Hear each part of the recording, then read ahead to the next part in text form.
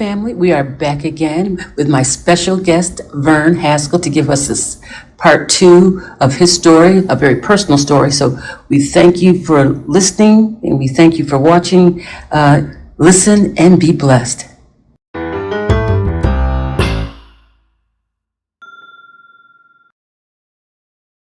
Tell us about a impactful moment that happened in your life that changed your perspective and it changed who you are spiritually. Well, certainly the most painful, and you and I discussed this briefly, was when my oldest son took his own life. Mm. And Um, what was your son's name? Brian, Brian. he was a wonderful child. We know that he knew that he was loved. Um, we noticed a few things about him that were different when he was young, including the way he would react to certain medications. He was a very low-key kind of guy, Mm-hmm. and yet if you gave him children's Tylenol, he suddenly became this hyperactive person. Oh, wow. And my wife and I would look at each other and say, Tylenol's not supposed to do that. In middle school, he would, on occasion, wake up with some hallucinations. Mm. More of when he got sick, he would actually hallucinate. And we actually, because of some learning differences and so forth, had him. We took him to some of the best, so-called best people in the state with the most knowledge and so forth, which sometimes could be very disappointing. Mm. Um, I having a background in psychology and finding how many psychiatrists mostly wanted to prescribe rather than dig into the issues was very, very disappointing. Um, at the time when he took his life, we thought he was doing better. His friends all said he's the one we went to when we had a problem because he could always say something sensible and Oh, could wow. always encourage us. And then they would say, but there was one time, and they would relate an event that just didn't make sense, where he seemed to lose touch with reality. Mm. So we thought he was doing much better, and then all of a sudden, out of the blue, we find out that he had purchased a handgun and taken his own life. Now, I had studied unexpected death on the master's level, did a paper on it, Mm-hmm. um, and knew that there are some very unique aspects to it, which a lot of people don't understand. When you don't have a perspective, um, it's a totally different dynamic. I'm It not is. saying other forms of grief are less significant. When people try to talk about what's the worst grief, well, I usually say, Yeah, what did you experience? That's the worst for you. exactly. Um, but you are left without a context. The interesting thing, Pauline, is though that even the afternoon of the day I got that terrible news, an old hymn, I think it's named Hidden Peace, and the chorus says, "There's a deep, settled peace in my soul." And you know what? I realized that was true. I mean, Mm. I bawled like I'd never bawled in my life and never knew for sure what it was coming from. And I look back on how I'd handled most situations and felt pretty good about it because I was probably more trained for a lot of trauma than most people. Mm-hmm. But when it hits your own soul, When it hits your own. and I even had a person in my church probably 7 or 8 months after it happened say, if you're not over it by now, you need help. Oh. I had to say, Mm. I find there was a time when I told my congregation, I said, I do want you to see how Christ helps us through these times, but I'm not going to lie to you. I'm not going to give you this phony image that someday when maybe something happens to you that you go, why can't I cope with it like Pastor Verne did? Um, because yes, I think Pastor Verne faced it. I took a brief respite, but continued in ministry. People would ask me, well, how can you do that? And part of my answer was, I will not let this one event define the rest of my life. Mm. I'll not deny that it plays a role, that it has changed me, but I won't let it define me. I am going to continue to find joy and purpose. Hardest thing I've ever done by far. Um, and my wife and I pulled together.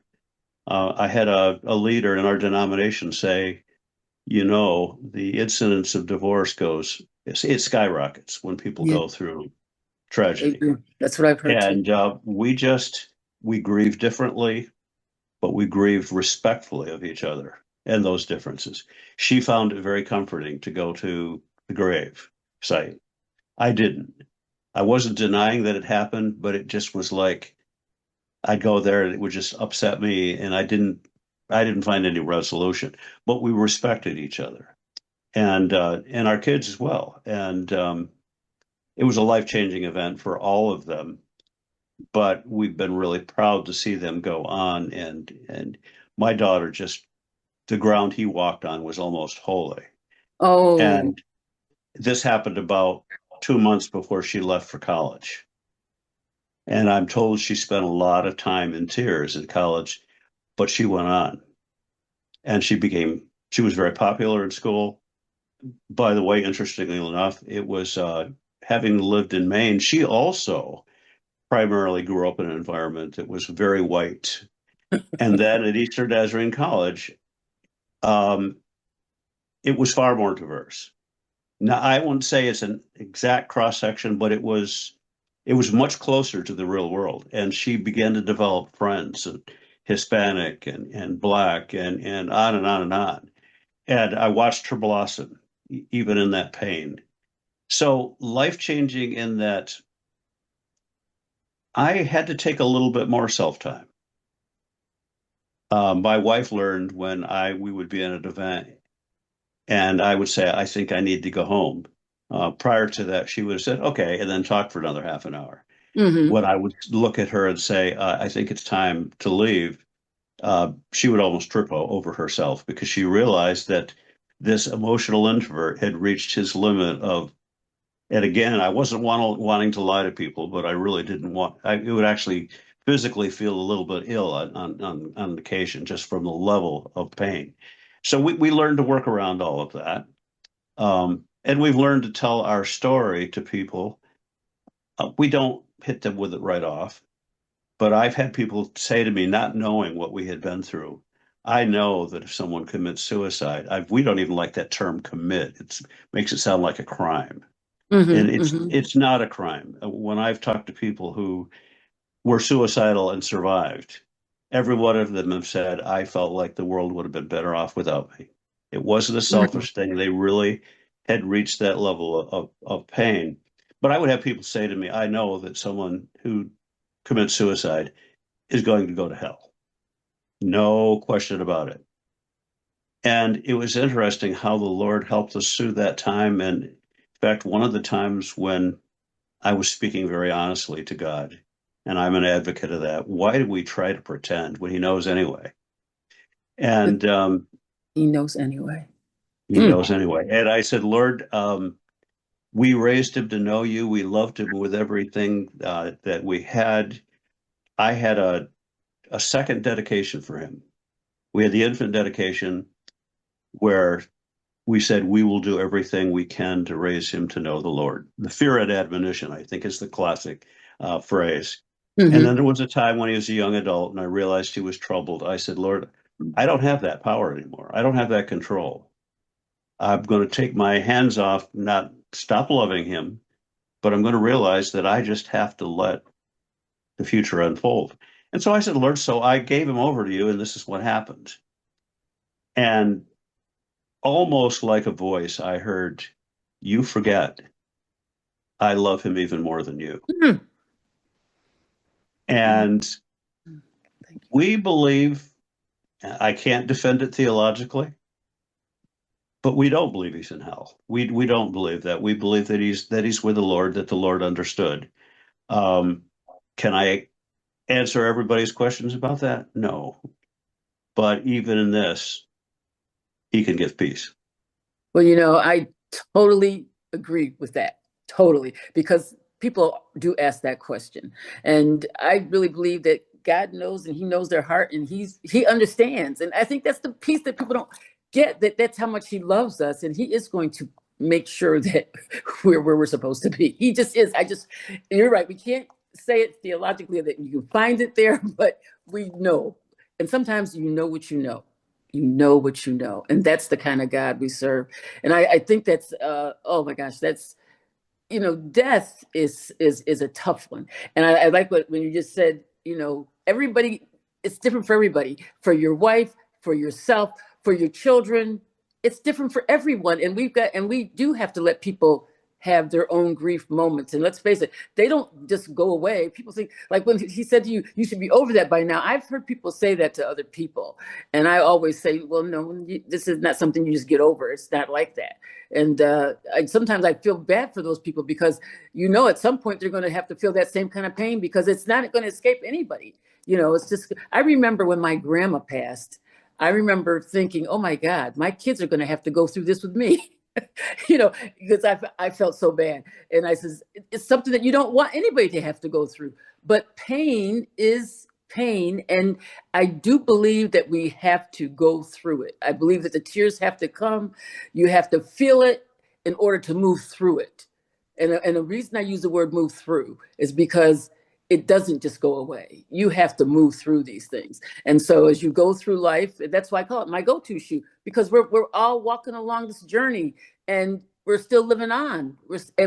And the goal is really for everybody to realize that the life does not stop because you lost somebody that you love so dearly and so deeply. Life cannot stop because I believe that God has a plan for everyone, and he wants your story to be told to others who are going through those same kinds of things. It's what it is. In fact, the podcast, I started it because well, actually it was truly from God, because God kept telling me, and I was thinking, but you know, really, Lord, really? Because when my son was killed, you don't never think that anything's going to happen to you like that. It's just not going to happen to you. But these things happen. This is life. And I remember saying to the Lord, but how could this happen to me? How could this happen to us? And it's like, well, why not me?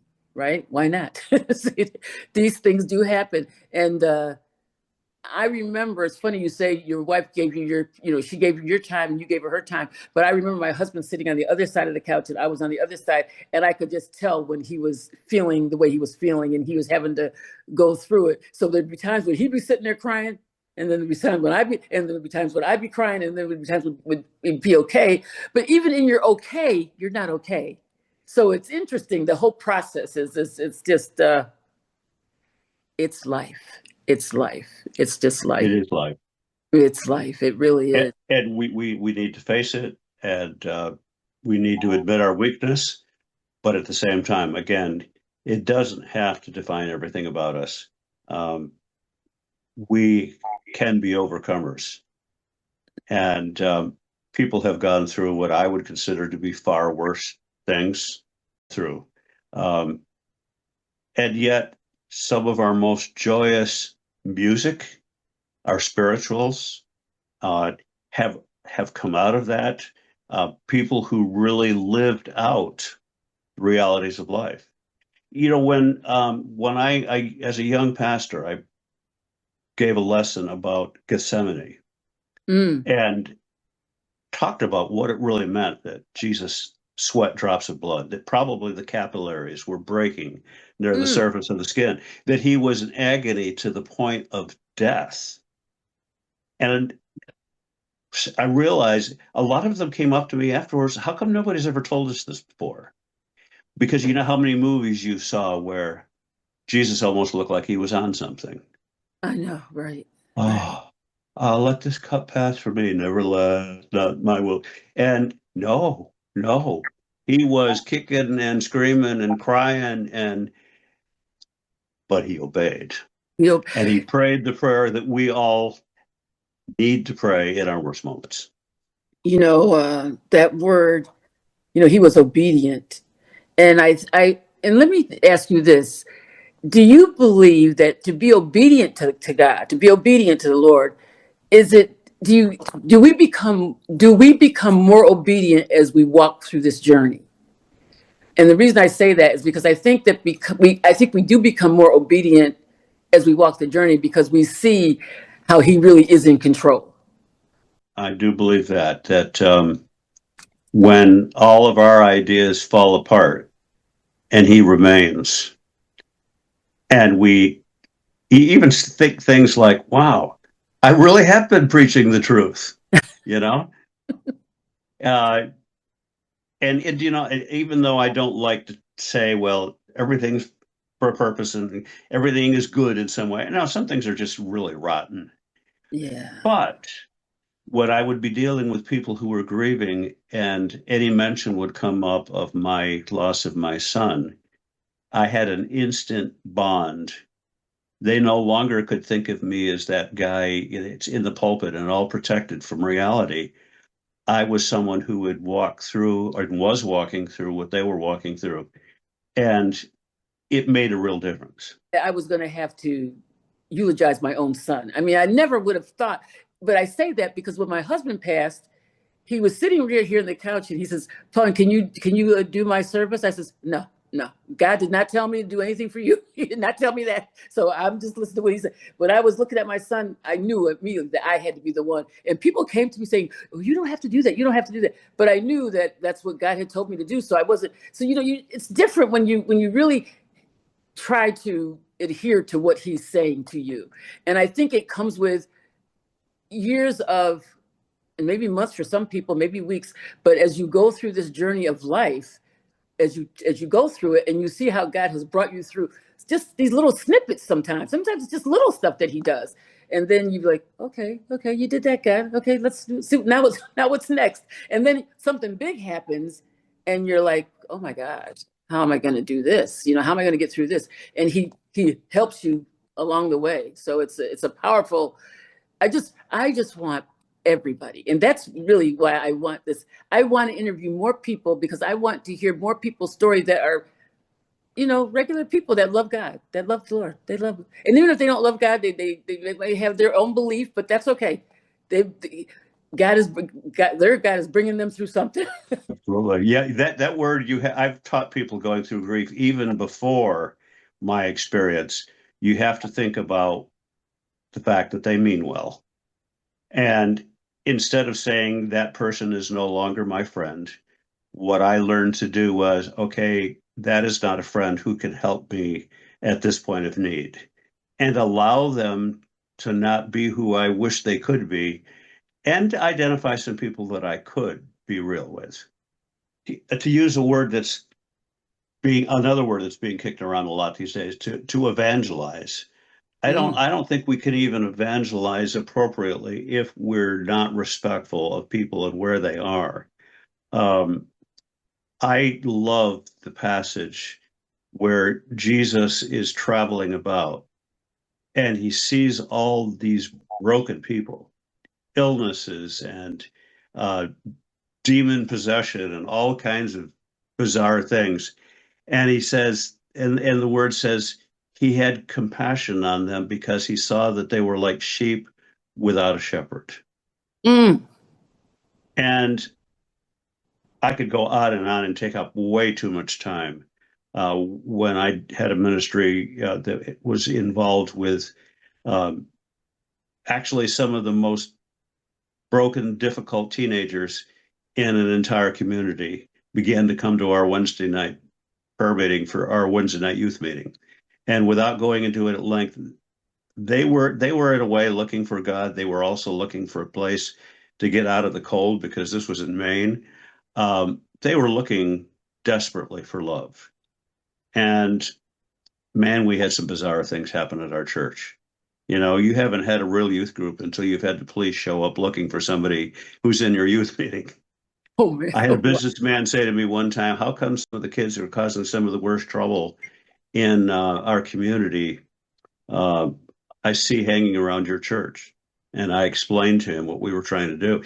And after a while, they began to say the only real church, and this is not true.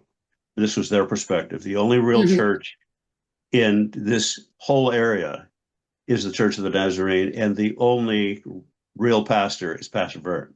Oh. Because they one night when they were really giving us an unusual amount of trouble, and they were in one of those "you can't make me do this," and Hmm. I finally I just looked at them and I said, "Well, I'll tell you what. There's one thing you can't make us do." "Oh yeah, what's that?" I said, "You can't make us stop loving you." Oh. And the whole room went silent. No, that wouldn't have been effective if they had known we really loved them.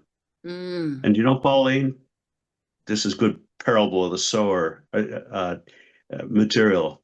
As recently as a few months ago, I heard from one of them that had just come to faith in Jesus and was baptized. Oh my And gosh. that there've been other stories like this. I would love to tell you, oh, they all changed drastically overnight. No. And going into some of their homes, thinking maybe their parents can help me, and coming out of those homes going, why are they doing as well as they are? When a 16-year-old girl looks at you and says, Pastor Verne, you tell me that God loves me. So why, when I was 4 and my mom's boyfriend was sexually abusing me and I prayed God make him stop, God didn't make him stop? Mm. And the best answer I could give was probably this man was not listening to God, and God did not force upon him. I said, I think he's brought you here so that we can show you what he really is like. Mm. And so again, even there, respecting their rebellion enough to understand, hey, there's a reason for this. Um, I don't have to tell them it's all okay. Mhm. Now, for their good, I need to show them a better way. I'm almost waxing poetic here, um, but I need to love them, and they need to be able to feel that love, and then the Holy Spirit has a place to work.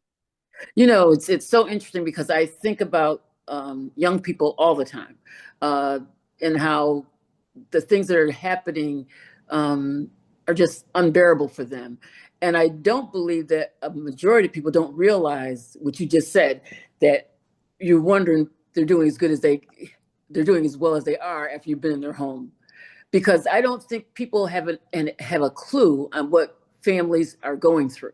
I just don't think they have a clue, and that's why we have so many kids out here who don't have any. There's no way they're not being led in the proper direction because they don't even know where to go or how to go about it. So it's really real. I mean, this is really where life really meets the road, because young people are going through some traumatic experiences. And sometimes I just wish that every church and every, not just churches, but every group that takes care of children would have that understanding that these kids need a lot of love, and their parents need love, because you only give what you know. And if your parents never receive love, how do you know how to give love? And I had a minister on not too long ago when her parents divorced, her mother sent her to a camp, and she says that's where she learned who her real father was. And she said she was like 8 or 9 years old, and she learned that her father was in heaven. That was her father, that Jesus was her father, and that God was her father. And she learned that, and she says from that point on she knew that she was going to be fine, because she knew she had that real love. And I think people just want to feel that love, they want to know what that love is, but they're not getting it. They're just not getting it. So I think that's why I think there's many people that can be doing more. Yes, and a couple of years ago, there were a couple of books came out. One of them was entitled "The Sin of Empathy." Mm. I don't know if you heard about that. I haven't heard about that, Um, but I'll look at and it. the author's idea was he was talking about what he was interpreting as empathy was tolerating things that are evil and telling people it's okay. And we're never to do that was basically, I think, what the author was trying to say. When people would talk to me about that, I would say to them, I believe the most empathetic person ever was Jesus, Mm. leaving heaven, coming here to really experience. I mean, he could have been by some form of divine knowledge, but he wanted to live in flesh and blood and be tired and be frustrated, and he allowed himself to be abused. He had to feel what we feel. He had to know all Yeah. of those feelings, all of them. Without empathy, there is no gospel. There is none. There is none. And people are not empathetic. They don't even like the word empathetic. I mean, it's they just don't. And it's hard to believe, but that is really real. That's real. And that's why the ones who do know, we have to share that with others, so we should let people see that there is love here. There is love in this universe, and that there are people who need you, and want to do right by you, but there's some things that are just going on that are very challenging that people can't see it. They can't see it and they don't. So it makes it extremely challenging. But I guess let me see if I have another question for you before I let you go because we've been on here for a while. So I guess I've enjoyed it. well, I've enjoyed it too. So thank you so much for coming on. But um, who was your inspirational figure in your life?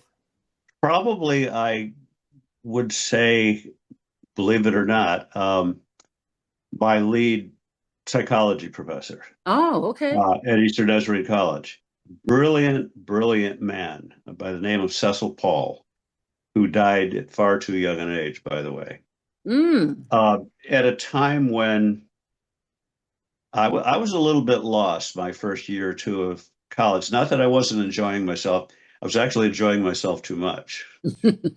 And I could go on and on with what some of the reasons for that were, but um, I took a course from him called Human Growth and Development.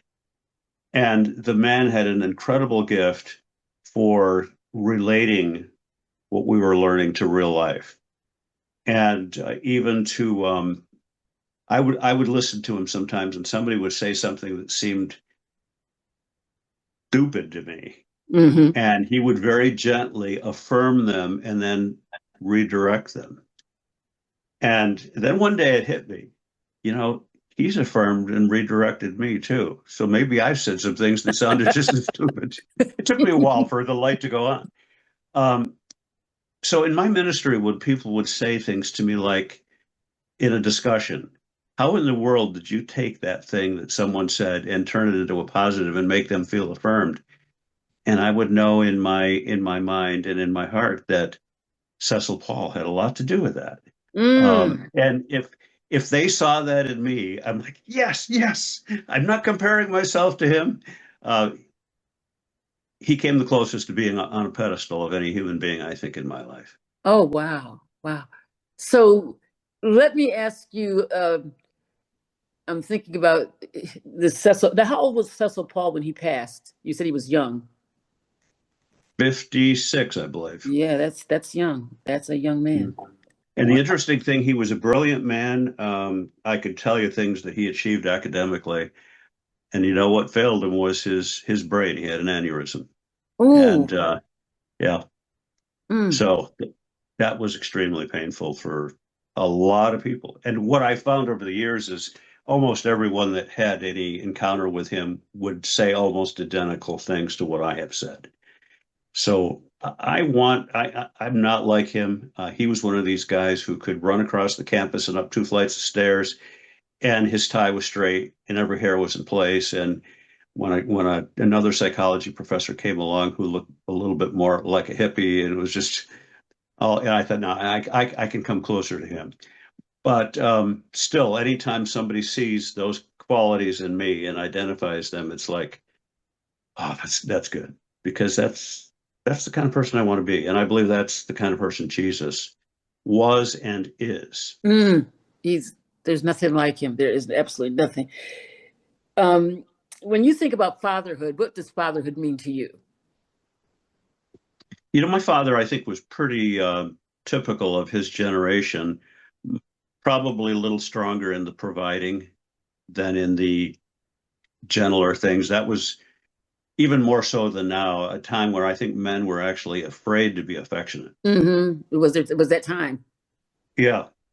Um, but yet my dad was a very solid Christian Mm. and did his level best to be Christ-like.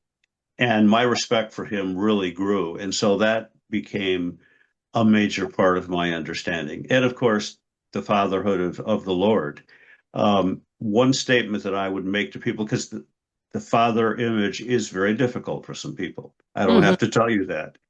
I could say to people, if you had a good father, your heavenly father is everything your earthly father was and far more.